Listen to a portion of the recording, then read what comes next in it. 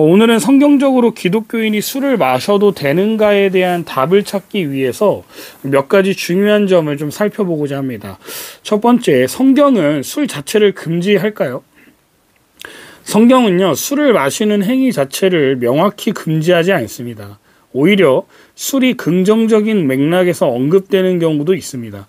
하나님께서 사람의 마음을 기쁘게 하는 포도주를 주셨다라고 말씀합니다.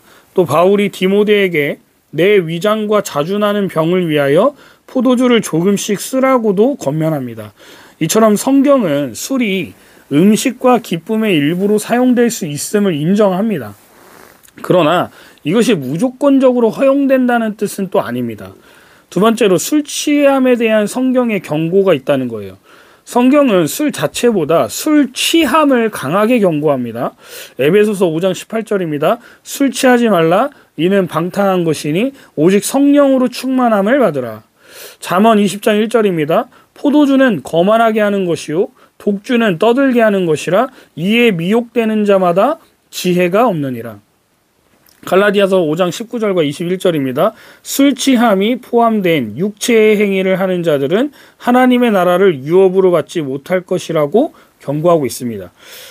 즉 술을 마시는 것이 죄는 아니지만 술에 취하여서 통제력을 잃거나 방탕하게 되는 것은 분명히 죄라고 말합니다. 세 번째로 술이 신앙생활에 그럼 미치는 영향이 뭐냐는 겁니다. 술이 내 신앙과 하나님과의 관계에 어떤 영향을 미치는지 고려해야 합니다. 술을 마시는 것이요, 기도 생활이나 예배에 방해가 되는가? 술이 나의 자기 통제력을 약화시키지는 않는가? 내가 마시는 술이 다른 사람을 실족하게 할 가능성이 있는가? 로마서 14장 21절입니다. 고기도 먹지 아니하고 포도주도 마시지 아니하고 내 형제로 거리낌 없게 하는 것이 아름다우니라. 아멘. 고린도전서 8장 9절입니다.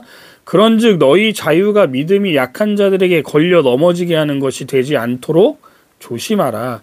내 자유가요, 다른 사람을 실족하게 만든다면 절제하는 것이 성숙한 태도라는 겁니다. 네 번째로 술 취함의 기준과 습관이 될 가능성이 있다는 겁니다.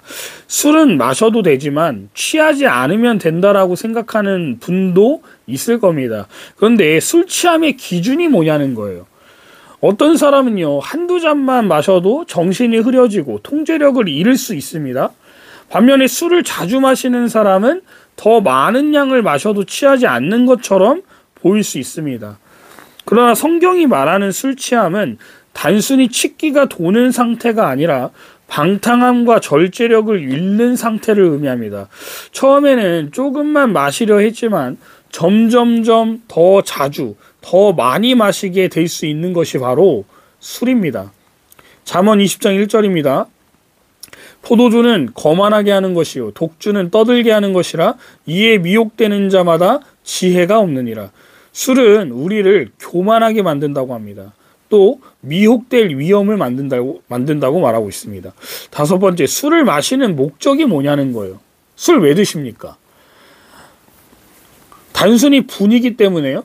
뭐 스트레스를 해소하거나 현실을 도피하시기 위해서 드십니까?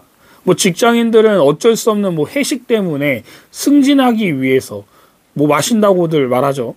주변 분위기에 휩쓸려서 드십니까? 고린도전서 10장 31절입니다. 그런즉 너희가 먹든지 마시든지 무엇을 하든지 다 하나님의 영광을 위하여 하라. 여러분, 술을 드시는 게 하나님의 영광을 위한 일입니까? 그러면 드셔도 됩니다. 술은 순간적인 위로를 줄지 몰라도 진정한 위로는 하나님께 있습니다. 이제 우리는 현실적인 질문을 한번 던져봅시다. 토요일 밤에 늦게까지 친구들과 술을 마신 후에 여러분 주일 예배에 당당하게 설 수 있으시겠습니까? SNS에 술 마시는 사진을 올리는 사람들이 굉장히 많습니다. 그게 무슨 마치 자랑인 것처럼요. 누군가 그것을 보고 시험에 들지 않을 거라고 여러분 확신할 수 있습니까? 나 교회 다녀. 나 예배 이렇게 드렸어.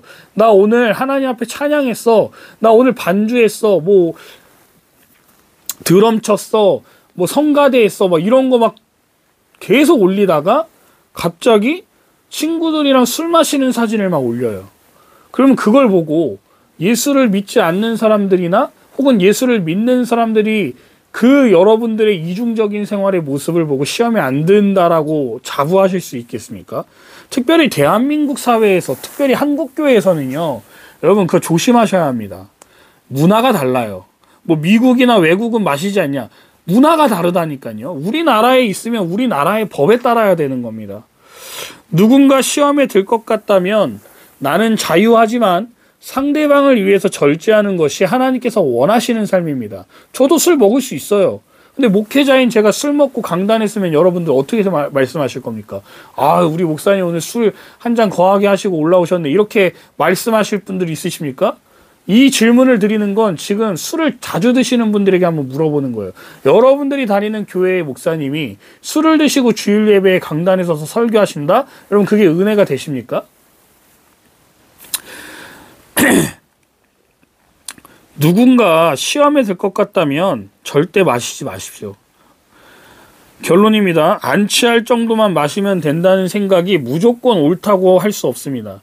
내 신앙에 방해가 되거나 다른 사람을 실족하게 하거나 절제력을 잃게 만든다면 아예 마시지 않는 것이 더 지혜로운 선택입니다. 술이 아니라 성령으로 채워지는 삶을 선택하시기를 주님의 이름으로 축복합니다.